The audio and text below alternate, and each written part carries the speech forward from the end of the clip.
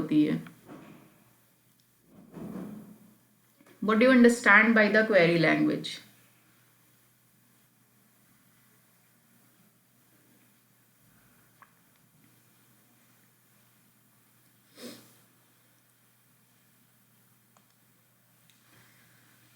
चलो, nobody is giving the response, I will tell कि इसका मतलब कुछ पढ़ नहीं रहे हो. Now query language in simple word, अगर हम कोई भी क्वेश्चन करें, कुछ भी अगर हम रिट्रीव करें, सपोज करो if I ask please provide me a one pen, तो that means I am asking if you have the pen you will provide to me. That is nothing but a query. Query का मतलब कुछ आपने पूछा और उसके जवाब में आपको कुछ मिला.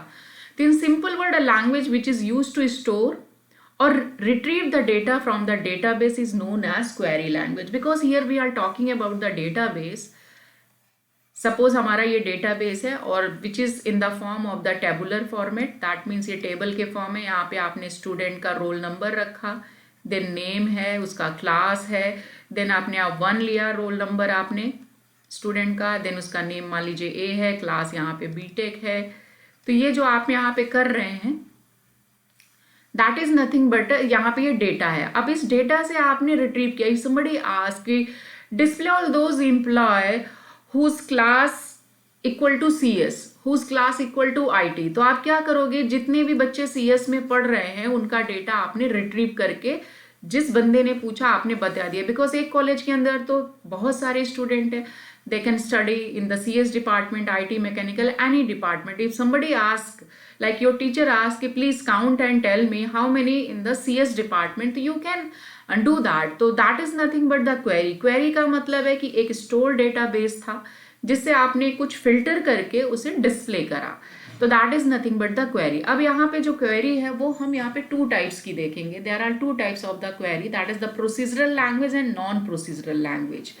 अब सबसे बड़ी चीज आती है procedural and non procedural language. आप सब प्रोग्रामिंग पढ़ते आ रहे हो और आप सभी को पता होगा कि प्रोसीजरल एंड नॉन प्रोसीजरल का मतलब क्या होता है. प्रोसीजर का मतलब होता है, अगर मैं एक सिंपल से वर्ड में अगर आपको बताऊं, व्हाट टू डू.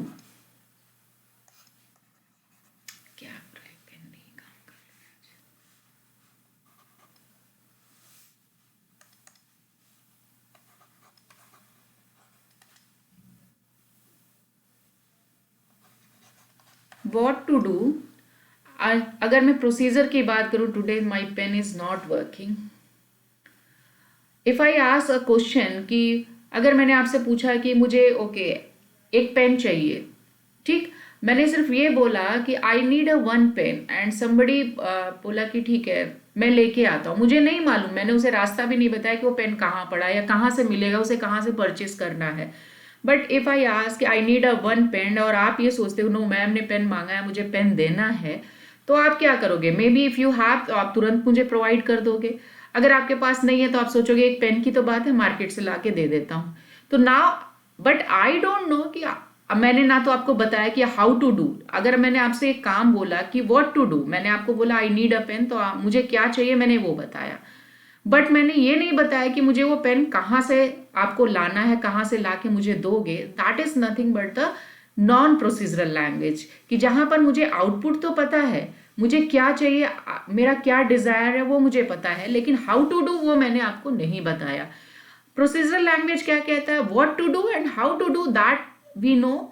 तो आई मीन अगर मैंने आपसे बोला पेन लाना है, वो टेबल पे पड़ा है वो मुझे ला के दे दो. अगर मैंने आपको बता दिया वो सामने टेबल पे एक पेन है वो मुझे ला के दे दो, तो मैंने आपको रास्ता भी बताया कि आई नीड अ पेन और वो पेन वहां पर पड़ा है. तो इसका मतलब है कि that is nothing but the procedural language. Procedure का मतलब होता है कि हमें क्या चाहिए और मैं आपको स्टेप बाय स्टेप उसका सोल्यूशन भी बता दूं, तो that is called the procedural language.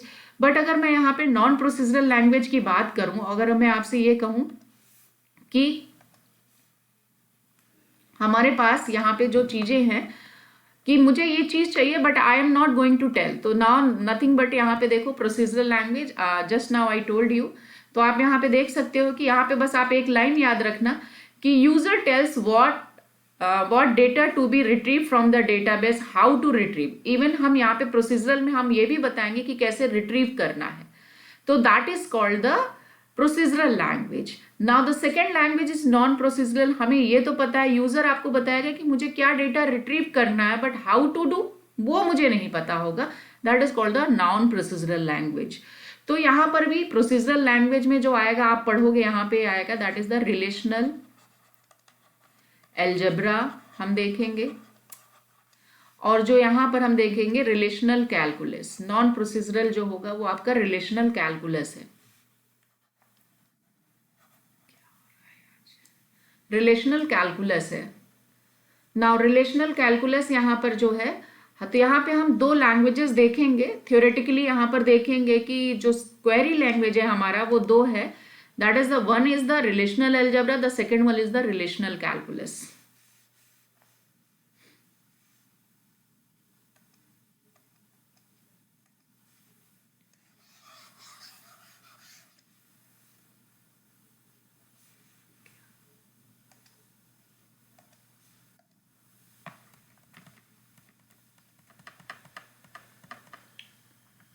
तो now look at this graph. यहाँ पे आप कह सकते हो कि इस ग्राफ में अगर हम देखें तो हमने अभी क्या देखा कि एक क्वेरी लैंग्वेज क्या है।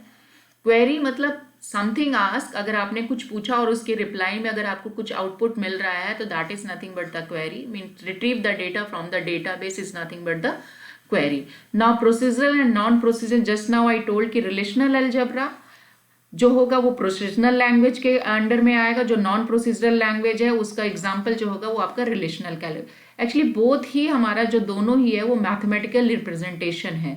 आई मीन ये थ्योरेटिकल कॉन्सेप्ट है, इसमें कोई भी प्रैक्टिकली की हम बात नहीं कर रहे। जैसे okay let's take the example, आपको मैंने ईआर डायग्राम बता ही रखा है, तो आपने देखा था कि डेटाबेस डिजाइन किस टेबल में क्या एट्रीब्यूट होगा, कितने टपल्स होंगे, वो आपने देखा कि एंटिटी रिलेशनशिप डायग्राम में हमने एक ग्राफिकल रिप्रेजेंटेशन देखा कि वो टेबल कैसा दिखेगा। लेकिन प्रैक्टिकली जब हमने उसको एसक्यूएल में डिजाइन किया तो वो कुछ ऐसा टेबुलर फॉर्मेट था, ऐसा कुछ टेबुलर फॉर्मेट था जिसमें कि आपने यहाँ पे कुछ यहाँ पे टेबल्स एंड रोज बना लिया। इसी तरह से अगर हम रिलेशनल एल्जेब्रा की बात करें तो मैथमेटिक्स में जो आपने रिलेशनल एल्जेब्रा पढ़ रखा, सेम यहाँ पर हम मैथमेटिकली क्वेरी को यहाँ डिस्क्राइब करेंगे। जो क्वेरी होगी उसको हम कैसे मैथमेटिकली, दो तरीके हैं हमारे पास लिखने का, एक तो प्रोसीजरल लैंग्वेज है, दूसरा नॉन प्रोसीजरल लैंग्वेज है। तो रिलेशनल एल्जेब्रा में हम ये बात करेंगे कि what to do and how to do, I mean कैसे उसे करना वो भी हम स्टेप्स बताते हैं। एंड रिलेशनल कैलकुलेशन में केवल हम बात करेंगे कि what to do, but how to do वो हमें नहीं पता होगा। आई मीन वो सिस्टम आपका कैसे कैलकुलेट कर रहा है दैट वी डोंट नो। और इन दोनों के कॉम्बिनेशन से ही बना होता है हमारा SQL, which we have studied earlier, हमने ऑलरेडी पढ़ रखा है। ये जो दोनों का थ्योरेटिकल कॉन्सेप्ट है, ये जो थ्योरेटिकल कॉन्सेप्ट हमने यहाँ पर देखा, उस थ्योरेटिकल कॉन्सेप्ट को मिला के हमने यहाँ पे प्रैक्टिकली बनाया है। तो हमारा जो रिलेशनल एल्जेब्रा और रिलेशनल कैलकुलस है वो थ्योरेटिकल है, एंड एसक्यूएल का मतलब आपको पता है स्ट्रक्चर्ड क्वेरी लैंग्वेज। तो अगर हम देखें यहाँ पर तो हमने इसी कॉन्सेप्ट को, relational algebra and relational calculus के कॉन्सेप्ट को इम्प्लीमेंट किया आरडीबीएमएस में, that is the relational database management system में इम्प्लीमेंट किया, which is nothing but the practical implementation, that is the RDBMS. यहाँ पर हमने लिया आरडीबीएमएस, हमने लिया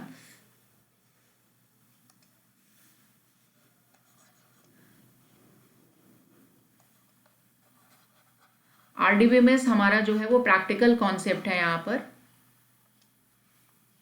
प्रैक्टिकली हम इसे देखेंगे, प्रैक्टिकली हमने यहाँ पर देखा और इसमें जो हमने क्वेरीज लगाई with the help of SQL हम यहाँ पे काम कर रहे हैं। Now SQL is use to, अब देखो एसक्यूएल का हमने यहाँ पे इस्तेमाल किस लिए किया था, क्वेरी लिखने के लिए किया था। जबकि हमारा जो रिलेशनल मॉडल है, इस रिलेशनल मॉडल में अगर आप देखेंगे, रिलेशनल मॉडल जिसे हम बोलेंगे, in that we are going to use the two things, that is the relational algebra and the second one is the relational calculus। तो ये relational calculus, ये जो दोनों चीजें हैं ये हमारा conceptual method है। conceptual का मतलब होता है theoretically हम यहाँ पर देखेंगे, conceptually हमने इसे अपने माइंड में डिजाइन किया है कि कैसा जो क्वेरी हम लिखते हैं एसक्यूएल में वो कैसा theoretically हमने इसे देखा। I mean क्या हमारे दिमाग में होता है जिसे हमने, तो जैसे आप एक, let's take the better example, आप सब लोग एल्गोरिथम से वाकिफ हैं। एल्गोरिथम कभी आपने देखा है कि हमने प्रैक्टिकली बनाया है? अगर आपको एल्गोरिथम क्या होता है, it is nothing but the step by step solution of any problem. तो आपने किसी भी प्रॉब्लम का जो सोल्यूशन है उसको कैसे हम सॉल्व करेंगे, लेट्स टेक कि अगर मुझे 2 नंबर का एडिशन निकालना, तो आप कहोगे पहले 2 नंबर आप इनपुट करिए, फिर दोनों को सम करके उसका रिजल्ट जो है तीसरे वेरिएबल में स्टोर कर दीजिए एंड प्रिंट कर दीजिए। 3 लाइन की कहानी आपने एल्गोरिथम में बता दी। तो लेकिन वो क्या हुआ, आपने कंसेप्चुअली बताया, थ्योरेटिकली बताया, जिसे आप एक एल्गोरिथम नाम दे देते हैं, और जब आपका एल्गोरिथम क्लियर हो जाता है तो आपको उसी चीज को उठा के सी में या जावा में आपने उस प्रोग्राम को लिख लिया। द सेम वे आप ये कह सकते हो कि relational algebra and relational calculus is nothing but the algorithm for the SQL, but actually it is not the algorithm. यहाँ पे आप जानते हैं कि ये मैथमेटिकल वे है किसी भी क्वेरी को लिखने का तरीका, दैट मीन्स कंसेप्चुअल और थ्योरेटिकली आप यहाँ पे कह सकते हो कि ये एक मैथड है, यहाँ पर थ्योरेटिकल मैथड है। Today my pen is not working properly, तो कौन, इसलिए मैं लिख नहीं पा रही हूँ प्रॉपरली। तो now conceptual and theoretical method है ये। तो अब इस थ्योरेटिकल मैथड को हमने क्या किया है, एसक्यूएल में ले जाके इम्प्लीमेंट किया, कुछ रूल्स एंड रेगुलेशन के साथ। आपने देखा कि वहां पर लिखने का तरीका है, डीएमएल ऑपरेशन आपने इस्तेमाल किया, डीक्यूएल किया क्वेरी लैंग्वेज के लिए, डीडीएल इस्तेमाल किया। तो ये सारे आपने वहां पर, ये जो conceptual method which we are going to study now, वो हमने यहाँ पर देखा। तो आप कह सकते हैं कि आरए एंड आरसी जो होगा, relational algebra and relational calculus जो है, वो हमारा थ्योरेटिकल कॉन्सेप्ट है, टोटल थ्योरेटिकल या कॉन्सेप्चुअल है। तो अगर मैं कंपैरिजन की बात करूं तो इट्स नथिंग बट, यहाँ पर अगर मैं ये कहूं कि हमारा एक रिलेशनल मॉडल है,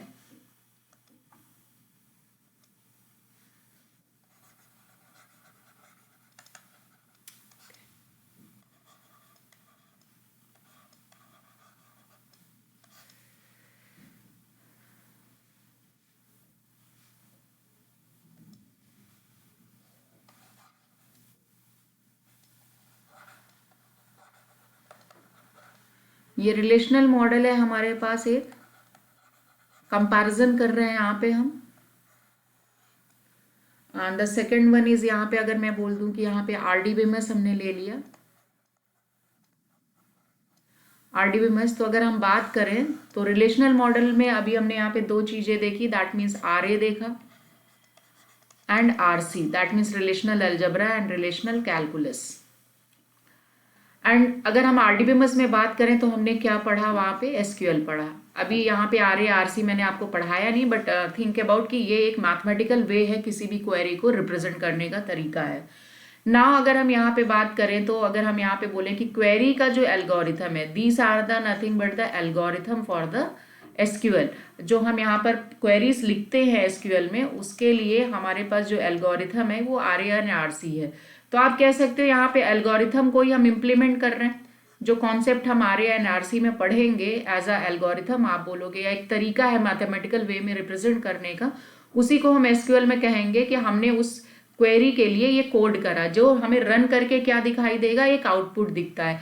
जब आउटपुट हम फिजिकली फील कर सकते हैं, आई मीन अपनी आंखों से देख सकते हैं कि क्या रिजल्ट आ रहा है जो हमने रन करा, तो हम कहेंगे वो रियलिटी है। आप उसे देख सकते हैं कि आपका जो आंसर आ रहा है, जो आपका डिजायर्ड था, वो करेक्ट है या नहीं है, तो वो रियलिटी में आप उसे देख सकते हैं। लेकिन जो हम पेपर पे एक कॉन्सेप्ट हम बना रहे हैं, हमें नहीं मालूम कि हमने जो लिखा, बिकॉज आई एम राइटिंग, तो आई एम डेड श्योर कि मैंने जो लिखा वो बिल्कुल सही है। तो that is nothing but the conceptual. लेकिन उसकी कोई गारंटी नहीं कि जो उसका आउटपुट मैंने सोच रखा है वो कॉन्सेप्चुअली बिल्कुल सही दे रखा है। इफ समबडी प्रूफ कि नहीं आपने रॉन्ग किया है, तो हम एक्सेप्ट कर लेंगे, yes it is a wrong. हो सकता है जो मैंने पिक्चर बनाई, जो डायग्राम बनाया, जो मैथमेटिकल फॉर्मूला बनाया है, मे बी वो रॉन्ग हो, जो मेरा डिजायर था। लेकिन अगर उसी चीज को मैं यहाँ पे कोड करके आउटपुट देख लूं and that output is coming whatever we have plan, तो हम कहेंगे yes it is a correct. तो वो कॉन्सेप्चुअल कॉन्सेप्ट हुआ, दैट मीन्स एल्गोरिथम है, हमने उसे ड्राई रन करके यहाँ पर देख लिया कि यस ये आउटपुट आएगा। तो आप कह सकते हैं कॉन्सेप्चुअली जो है एक थ्योरेटिकल कॉन्सेप्ट हुआ, केवल हमारा एक हाइपोथेटिकल कॉन्सेप्ट है, इमेजिनल है, यहाँ पर हम इमेजिन कर रहे हैं कि ये ऐसा है। लेकिन अगर हम इसकी बात करें, अगर हमने इसे चेक कर लिया कि जो हमारा कोड है वो प्रॉपर रन कर रहा है, प्रैक्टिकली प्रॉपर काम कर रहा है, तो दैट मीन्स वो हम यहाँ पे प्रैक्टिकली हम इसे इम्प्लीमेंट कर रहे हैं। तो दिस इज नथिंग बट यहाँ पे कि एसक्यूएल एंड रिलेशनल मॉडल में डिफरेंस क्या है। तो रिलेशनल मॉडल में हम दो चीजें देखेंगे, RA and RC and RDBMS में। तो अभी तक जितनी भी है मैंने इन दोनों में कंपैरिजन बता दिया। नाउ लेट्स स्टार्ट यहाँ पे, the first one is the relational algebra. पहला हम यहाँ पर देखेंगे कि रिलेशनल अलजेब्रा क्या है।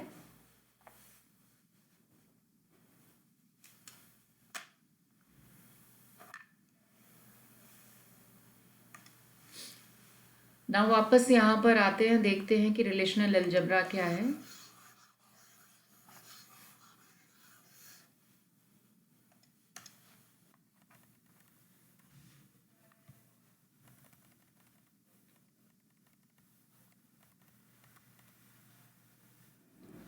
ना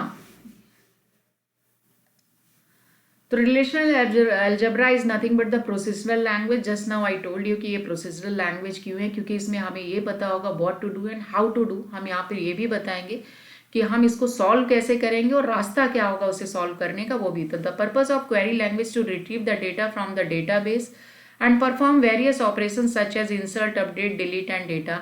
When I say that the relational algebra a procedural query language, it means that it tells what the data to retrieve and how to retrieve, ये भी हम बताएंगे कि किस तरीके से हम करेंगे। तो यहाँ पे इसके कुछ ऑपरेशन है, अलजेब्रा के कुछ ऑपरेशन है कि क्या क्या हम यहाँ पर ऑपरेशन अप्लाई कर सकते हैं, कौन कौन सा तरीका होगा यहाँ पे करने का, वो भी हम देखेंगे।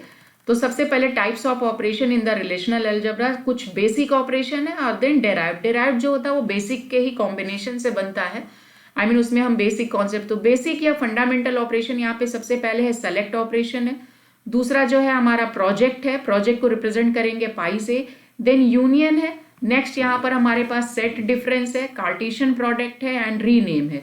ये सारे हमारे जो है ये हमारा बेसिक ऑपरेशन है। These are the basic operation है। इसका जो डेराइव्ड ऑपरेशन होगा that is the natural join, then आपका left right full outer join, already ये सारी चीजें हमने डिस्कस करी है एसक्यूएल में। देन इंटरसेक्शन एंड यहाँ पर लास्ट जो होगा ये भी डेराइव्ड है, दैट इज द डिवीजन भी हम लेंगे।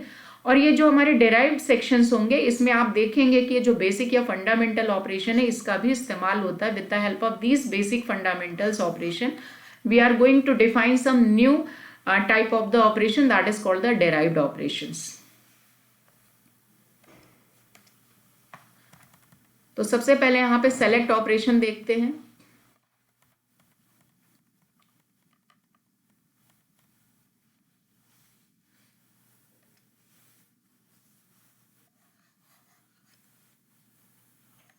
देखो सेलेक्ट ऑपरेटर को हम यहाँ पे सिग्मा से डिनोट करेंगे, ऐसे यहाँ पर ऐसे बनाते हैं। This one is the sigma, कैसे रिप्रेजेंट करेंगे। और सेलेक्ट का काम है, जैसे आपने एसक्यूएल में देखा था ना, again I am telling the SQL every time. तो यहाँ पे सेलेक्ट जो आपका काम करता है, तो आप क्या करते थे, सेलेक्ट स्टार फ्रॉम ईएमपी आप लिखते थे।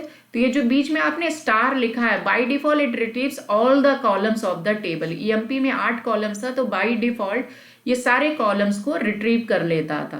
तो ये अगर मैं बात करूं तो जितना भी डेटा इस एम्प्लॉय टेबल में पड़ा है वो इसे डिस्प्ले कर देता था। दैट मीन्स 14 रिकॉर्ड्स है, 14 है। And if you want, suppose हमारा डेटाबेस में 14 रिकॉर्ड्स हैं एंड अगर आपके बॉस ने मांगा कि मुझे पूरे एम्प्लॉय की इन्फॉर्मेशन चाहिए, तो आप क्या क्वेरी चलाओगे एसक्यूएल में, सेलेक्ट स्टार फ्रॉम ईएमपी आपने। लेकिन अगर मैं इसी को ये बोलूं कि रिलेशनल अलजेब्रा में आप कैसे लिखोगे, आपको कैसे बताना है, तो आप यहाँ पे लिखोगे सिग्मा एंड देन यहां पर आप ब्रैकेट में लिख दोगे जो भी टेबल का नाम है, दैट मीन्स ईएमपी। तो सिग्मा ये इंडिकेट करेगा कि एम्प्लॉय टेबल से सारे डेटा को यहां पर रिट्रीव करना है, तो दैट मीन्स 14। तो आप देख रहे हो कि एसक्यूएल में लिखने का तरीका ये था। लेकिन अगर हम यहाँ पे बात करें कि हमारा जो, okay I will use this board. Suppose अगर मैंने यहाँ पे देखो कंपैरिजन करके दोनों बता रही हूं ताकि आप इजिली अंडरस्टैंड कर सको। सेलेक्ट स्टार फ्रॉम ईएमपी, ये मैंने करा। तो इससे आपको क्या दिखता है कि जितने भी रिकॉर्ड्स हैं उस टेबल में, एम्प्लॉय टेबल में, वो सारा का सारा डिस्प्ले हो जाएगा। But if I right in the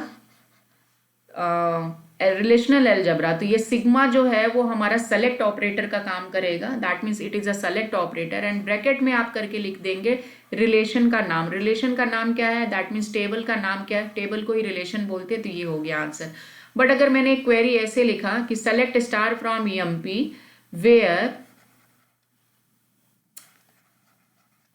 department number equal to 10, I mean I want to display those employee who are working in department number 10, मुझे वो सारे एम्प्लॉयज़ का, आई मीन देखिए कॉलम तो ये सारा रिट्रीव करेगा, जितने भी एम्प्लॉय टेबल में 8 कॉलम है सबको रिट्रीव करेगा। आई am not talking about the here attribute, I am talking about only the tuples. Tuples की बात कर रहे हैं, दैट मीन्स एक टेबल है, उस टेबल में कितने रोज हैं, जिसे आप बोलोगे कितने एम्प्लॉय काम कर रहे हैं, वो एम्प्लॉय की सारी इंफॉर्मेशन लेके आएगा। That is nothing but the select. तो आप इसका जो कंडीशन ऐसे लगाओगे सिग्मा, अब ये कंडीशन आ गई ना डिपार्टमेंट नंबर, तो आप लिखोगे डिपार्टमेंट, इसके पाँव के पास, दैट मीन्स इसके पैर के पास आप लिखोगे department number equal to 10, and then यहाँ थोड़ी दूर पे इसको ब्रैकेट बनाएंगे और लिखेंगे ईएमपी। तो ये आप देख रहे हैं कि सिग्मा के ठीक नीचे जो हमने लिखा, this one is nothing but the condition of the query. तो ये जो मैंने अभी लिखा, पहला जो ऊपर लिखा हुआ है इंग्लिश में जो लिख रखा है मैंने यहाँ पर, that means select star from EMP where department number equal to 10, that is nothing but the in the SQL. और देखो एग्जाम में क्या आता है कि एक ऐसे ही कोई भी सिनेरियो बना देगा, 4-5 टेबल दे देगा और बोलेगा कि right the queries in the relational algebra, कह देगा right the query in SQL statement, right the query in tuple relational calculus. तो दैट मीन्स कैलकुलस में बात करेगा, रिलेशनल कैलकुलस में लिख के। तो 3 वेज हैं जिसमें आप क्वेरीज को डिस्प्ले कर सकते हो। तो this is the one of the way. SQL वाला स्टेटमेंट आप ऑलरेडी जानते हो। दूसरा मेथड क्या है, ये आपका रिलेशनल एल्जेब्रा। तो रिलेशनल एल्जेब्रा में सेलेक्ट स्टेटमेंट को कैसे दिखाते हैं वो ये। अब देखो यहाँ पर हमने ये कंडीशन लगाई, लेट्स टेक, यहाँ पर मैंने ऐसा क्वेरी किया, तो पेन नहीं गड़बड़ कर रखा है, select star from EMP where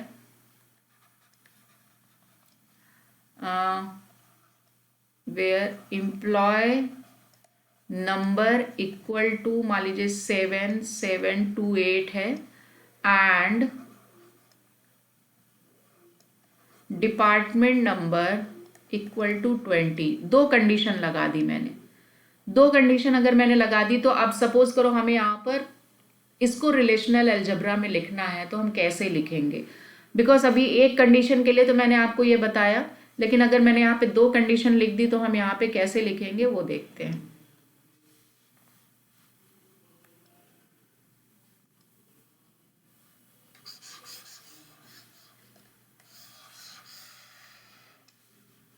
इस केस में हम यहाँ पर इसे कैसे सॉल्व करेंगे वो देखते हैं। तो नाउ सबसे पहला मेथड, यहाँ पे देखो 2 कंडीशन है, तो हम यहाँ पे लिखेंगे सिग्मा। अब देखिए पहले कंडीशन मैंने यहाँ पे लिख दिया, employee number equal to 7728, and then bracket लगाया, अगेन मैंने लिखा सिग्मा, दूसरी कंडीशन यहाँ पे लिख दी, डिपार्टमेंट नंबर इक्वल टू 20, और ब्रैकेट में यहाँ पर आपका टेबल जो नेम है, टेबल का नाम जो है वो EMP है, मैंने ये रखा, और ये जो बड़ा ब्रैकेट बनाया था उसको यहाँ पर क्लोज कर दिया। अब कोई यहाँ पे ये कह सकता है ऐसा क्यों किया आपने, डिपार्टमेंट नंबर को अंदर लिखा, और यहाँ पे देखो ये से बोलते हैं नेस्टेड क्वेरी हो गई। नेस्टेड का मतलब पहले वो एम्प्लॉय टेबल से उन सभी को फिल्टर करेगा जो डिपार्टमेंट 20 में काम कर रहे हैं, और जब उसको वो एम्प्लॉय मिल जाएगा तो उसमें से देखेगा कि किस एम्प्लॉय का जो नंबर है वो 7728 है। कोई कहे नहीं जी मैं ऐसे नहीं ऐसे लिखूंगा, यहाँ पे पहले मैंने यहाँ पर डिपार्टमेंट नंबर लिखना है, आई मीन यहाँ पे मैंने लिख दिया डिपार्टमेंट नंबर इक्वल टू 20, और अंदर जो लिखेंगे हम यहाँ पर वो सिग्मा इक्वल टू आपने लिख दिया employee number equal to 7728, and then this one is the EMP। ये हो गया। तो ये हो गई हमारी क्वेरी। आप चाहे इन दोनों में से किसी एक को भी लिख सकते हैं। नाउ थर्ड वे भी मैं आपको बता दूं, no need to do this nested, आप यहाँ पे एंड कंडीशन का भी इस्तेमाल कर सकते हैं। तो इन दोनों के इक्विवेलेंट आप यहाँ पे ऐसे लिख सकते हैं कि आपको ये ब्रैकेट के भी इस्तेमाल करने की, तो आप लिखेंगे यहाँ पे department number equal to 20, and का सिंबल AND नहीं लगाएंगे, ये वाला लगाएंगे, एंड देन आपका क्या था, employee number EMP number equal to 7728, and then आपको बताना पड़ेगा ना कि आप डेटा उठा कहाँ से रहे हैं, तो उस डेटा का आई मीन रिलेशन का नाम बताना होगा, दैट मीन्स ईएमपी, उसे यहाँ ब्रैकेट में बंद कर दिया। तो ये देखिए, चाहे आप पहला तरीका इस्तेमाल करें, दूसरा करें, या फिर ये लास्ट वाला करें, इट इज़ अ ईजी, क्योंकि इसमें आपको ध्यान नहीं रखना होगा कि किसको बाहर या अंदर रखना है। तीनों ही मेथड आपके ट्रू हैं यहाँ पे, तीनों मेथड से आप इस क्वेरी को सॉल्व कर सकते हैं। तो this is nothing but how this select statement will work. तो आपने देखा कि ये जो सेलेक्ट, और अभी मैं यहाँ पे एक प्रोजेक्शन मेथड पढ़ाऊंगी, सेलेक्ट एंड प्रोजेक्ट मेथड जो है वो यूनरी ऑपरेटर, यूनरी ऑपरेटर का मतलब केवल इसमें एक टाइम में एक ही रिलेशन लिया जा सकता है, एक टेबल का नाम जो है एक बार इस्तेमाल करेंगे हम। अगर दो टेबल से डेटा मुझे रिट्रीव करना है तो मुझे बाइनरी ऑपरेटर्स लेने होंगे, दैट मीन्स सिंगल टेबल का इस्तेमाल करके नहीं कर पाएंगे। तो ये जो दो ऑपरेटर है, एक तो आपका सेलेक्ट ऑपरेटर सिग्मा, और दूसरा यहाँ पर एक पाई है जिसे हम प्रोजेक्शन बोलेंगे, या अभी मैंने आपको बताया ना कौन कौन से ऑपरेशंस होंगे, तो सेलेक्ट ऑपरेशन एंड दूसरा है प्रोजेक्ट ऑपरेशन। इन दोनों को हम बोलते हैं यूनरी ऑपरेटर। यूनरी ऑपरेटर का मतलब जिसमें एक ऑपरेटर होता है और आपका ऑपरेटर एक है और उसका जो ऑपरेंड होगा वो भी एक होगा। तो देखिए एमपी टेबल एक ही बार हम ले रहे हैं, एक ही ऑपरेटर है। बाइनरी का मतलब होता है कि उस ऑपरेटर, जैसे आप प्लस करते हो, प्लस के लेफ्ट और राइट दोनों तरफ यहाँ पर वेरिएबल्स हो सकते हैं, तो उसे हम बोलते हैं बाइनरी। तो यहाँ पे यूनरी है, बाकी जितने भी है यूनियन है, सेट डिफरेंस है, कार्टेशियन है, रीनेम है, नेचुरल ज्वाइन है, वो सारे हमारे बाइनरी ऑपरेशन है। बट सेलेक्ट और प्रोजेक्शन जो होगा वो हमारा यूनरी ऑपरेशन होगा इस रिलेशनल अलजेब्रा में। तो this is the concept of the select operation in the relational algebra.